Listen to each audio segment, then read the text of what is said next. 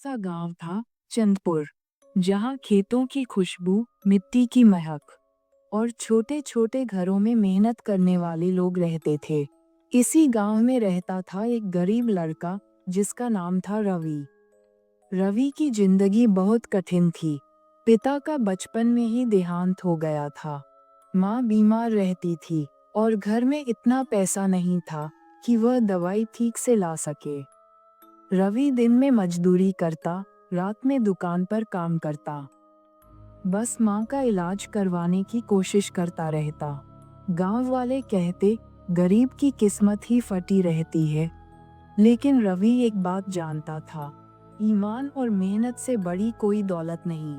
रवि के गांव से थोड़ी दूर एक पुरानी झील थी, जिसे निशानी तालाब के नाम से जानते थे। लोग कहते हैं, वहां रात के समय एक सुंदर भूतनी आती है। उसकी हंसी सुनकर इंसान बेहोश हो जाता है। रवि इन बातों पर नहीं विश्वास करता था, बल्कि रात को वहीं तालाब किनारे बैठकर चांद को देखता और माँ के लिए दुआ करता। एक रात आकाश पूरा काला था, लेकिन चांद नीला सा चमक रहा था। झील की पानी में चांद की रोशनी गिर रही थी। रवि पेड़ के नीचे बैठा था कि अचानक सामने की झाड़ियों से चांदी की पायल की आवाज आई, छन छन छन छन। रवि ने टॉर्च जलाई, कौन है? लेकिन सामने कोई नहीं था। फिर हवा तेज चलने लगी और झील के किनारे एक सुंदर भूतनी लड़की खड़ी थी, जिसके सफेद कपड़े, लंबे बाल, गोरा चेहरा, जैसे चांद जमीन पर उतर आया हो। रवि डर गया, लेकिन भागा नहीं। लड़की ने धीमी आवाज में कहा, डर गए? रवि ने हिम्मत करके कहा, अगर इंसान हो तो बताओ कौन हो, अगर भूत हो तो भी बताओ, मैं भागूंगा नहीं। लड़की मुस्कुराई, उसकी आंखों में अजीब सा दर्द था। मेरा नाम अदिति है, उसने कहा, तुम डरते नहीं? रवि ने धीरे से जवाब दिया, जो हर रोज मौत जैसी गरीबी से लड़ता है, वो भूत से क्या डरेगा? अदिति ने पहली बार किसी की बात सुनकर आंखें झुका लीं, जैसे दिल छू गया हो। चेकमार्क रहस्यमयी लड़की। कुछ दिन बाद अदिति, भूतनी और रवि हर रात वही मिलने लगी। रवि उसे देखता तो दिल को अजीब सुकून मिलता। वह पूछता, तुम हमेशा रात में ही क्यों आती हो? अदिति की आंखें अचानक दुखी हो जाती, क्योंकि मेरा दिन किसी और की दुनिया में बीतता है। रवि समझ नहीं पाता, लेकिन पूछता भी नहीं। उसे बस इतना पता चला, ये लड़की इंसानों से अलग है, लेकिन बुरी नहीं। अदिति रवि को हंसाती, उसके दुख सुनती, उसकी माँ के लिए दुआ करती।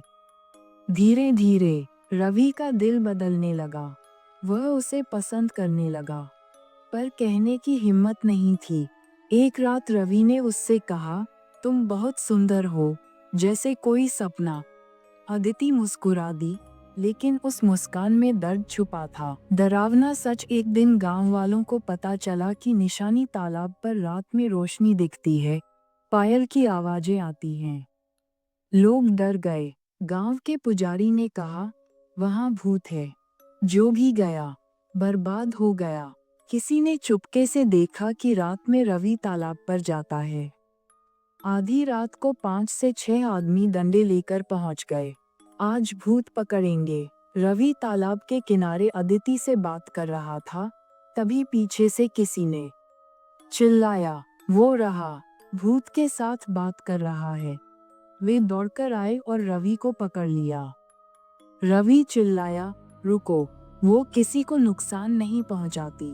पर जब लोगों ने पीछे देखा, अदिति गायब थी। सिर्फ पायल की हल्की आवाज हवा में तैर रही थी।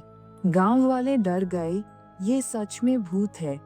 उन्होंने रवि को झील से दूर रहने की चेतावनी दी, लेकिन रवि जानता था कि अदिति बुरी नहीं है। प्रेम का पहला इजहार उस रात रवि फिर झील पर गया, पर अदिति नहीं आई। दूसरी रात भी नहीं। तीसरी रात अचानक झील चमक उठी और अदिति सामने खड़ी थी।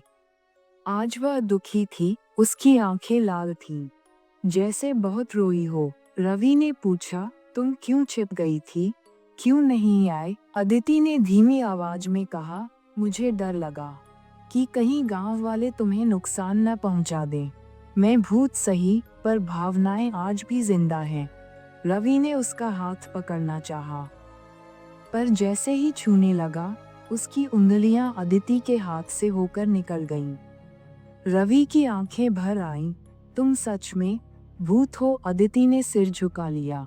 हाँ, मैं इंसान नहीं, मैं एक आत्मा हूँ। रवि चुप। दिल टूट गया, पर उसका प्यार कम नहीं हुआ। तुम भूत हो तो क्या, दिल तो है ना, और मैं दिल से तुमसे प्यार करता हूँ। अदिति की आंखों से आंसू टपक पड़े। मेरी मौत कैसे हुई, ये दुनिया भूल चुकी, लेकिन मेरा प्यार अभी भी अधूरा है। भूत के प्यार की कहानी। अदिति ने सच बताया। कुछ साल पहले वह इसी गांव में रहती थी। उसका नाम था अदिति सिंह थी, एक अमीर परिवार की बेटी। लेकिन उसके घर वालों ने उसकी शादी जबरदस्ती एक लालची आदमी से करनी चाहिए। अदिति ने विरोध किया, किसी और से प्यार करती थी। लेकिन एक रात उस लालची आदमी ने लालच और गुस्से में उसे तालाब में धक्का दे दिया। अदिति डूब गई, लेकिन उसकी आत्मा वहीं रह गई। मैं किसी से नफरत नहीं करती, अदिति बोली, बस उस इंसान का चेहरा दुनिया ने कभी नहीं देखा। और मेरा प्यार कभी पूरा नहीं हुआ। रवि की आंखों में आंसू आ गए। अगर दुनिया ने तुम्हारा प्यार छीन लिया, तो मैं उसे पूरा करूंगा। उस रात दोनों पहली बार पास पास खड़े रहे, एक इंसान और एक आत्मा। पर दिल एक जैसा धड़क रहा था। गांव में अफवाह फैल गई, रवि पर भूत का साया है। कुछ लोग उसे मारने की योजना बनाने लगे। रवि को कुछ पता नहीं था, वह बस माँ के लिए दवा लेकर घर आया। पर गांव वाले उसका पीछा कर रहे थे। अदिति ने झील से दूर खड़े खड़े उस भीड़ को देखा। उसने हवा में हलचल महसूस की। आज कुछ बुरा होगा। अचानक आसमान गड़गड़ाने लगा। तूफान आया, बिजली कड़की। रवि घर पहुंचा तो देखा, उसकी माँ की हालत खराब हो रही थी। दवा खरीदने के लिए वह पूरा दिन भूखा रहा और काम जरत रहा। कमाया हुआ पैसा बचाया के दवा लाया, लेकिन माँ की सांसें टूट रही थीं। रवि रोकर बोला, हे भगवान, मेरी माँ को बचा लो। तभी दरवाजे पर दस्तक हुई और अदिति प्रकट हुई। लेकिन आज वह इंसान जैसी नहीं। उसके चारों तरफ हल्की नीली चमक थी, आंखों में तेज, और हवा उसके बालों को उठा रही थी। अदिति ने कहा, मैं भूत हूँ, पर किसी की बुरी नहीं। अगर मैं चाहूँ तो तेरी माँ को बचा सकती हूँ। रवि चौंक गया। कैसे? अदिति ने हल्की मुस्कान से कहा, माँ के दिल में सिर्फ एक डर है कि उसके बेटे के बाद कौन रहेगा। अगर मैं उसे यकीन दिला दूं कि तुम अकेले नहीं, तो वह जी उठेगी। रवि ने समझते हुए पूछा, क्या तुम मेरे साथ रहोगी? अदिति ने पहली बार खुलकर कहा, हाँ, मैं तुमसे प्यार करती हूँ। रवि की आंखों से आंसू बह निकले। अदिति ने माँ के सिर पर हाथ रखा। माँ ने पहली बार आंखें खोलीं, राहत से सांस ली। उनका चेहरा शांत हो गया। रवि ने राहत की सांस ली, लेकिन तभी बाहर से चिल्लाने की आवाजें आने लगी। भूत यहीं है। रवि पागल हो गया। मारो उसे मारो की आवाज आ रही थी। रवि बाहर देखा तो 50 से 60 गांव वाले मशाल और लाठी लेकर घर की तरफ बढ़ रहे थे। अदिति बोली, आज सच में तू अकेला पड़ जाएगा। रवि ने उसका हाथ पकड़ने की कोशिश की, हाथ फिर हवा से होकर निकल गया। रवि चिल्लाया, कोई उसे नुकसान नहीं पहुंचाएगा। वह बुरी नहीं है। लेकिन भीड़ सुनने को तैयार नहीं। तूफान, अंधेरा और भीड़ तेजी से घर की तरफ बढ़ रही है। रवि और अदिति का प्यार पहली बार खतरे में है। क्या अदिति अपनी आत्मा की शक्ति का इस्तेमाल करेगी, या क्या भीड़ दोनों को अलग कर देगी? या क्या अदिति को शांति मिलेगी या बदला? अगर यह कहानी आपको पसंद आई तो कमेंट में लिखो भाग 2। हम जल्दी ही भाग 2 लेकर आएंगे। इसके लिए आपको चैनल को सब्सक्राइब करना पड़ेगा। मिलते हैं अगले भाग में, तब तक के लिए धन्यवाद।